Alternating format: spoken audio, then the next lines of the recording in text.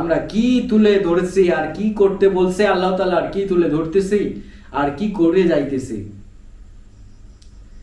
এই জন্য আমি বারবারই প্রতিটা ভিডিওতে বলি, কোরআন নিজ ভাষায় গবেষণা করুন।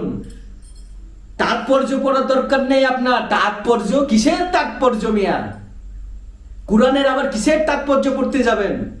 কোরআনের কোনো তাৎপর্য পড়তে যাবেন না। কোরআনের আয়াত, প্রতিটা সূরার আয়াত, প্রতিটা লাইন কি কি বলতেছে এগুলো মানে বের করে গবেষণা করুন। এখন তো দিন সহজ হয়ে গেছে, আগের সময়ে দিন সহজ ছিল না, এখন দিন আধুনিক হয়েছে। এখন মোবাইলের মধ্যে কোরআন পাওয়া যায়, ওই কোরআন পড়ুন, তর্জমা পড়েন না।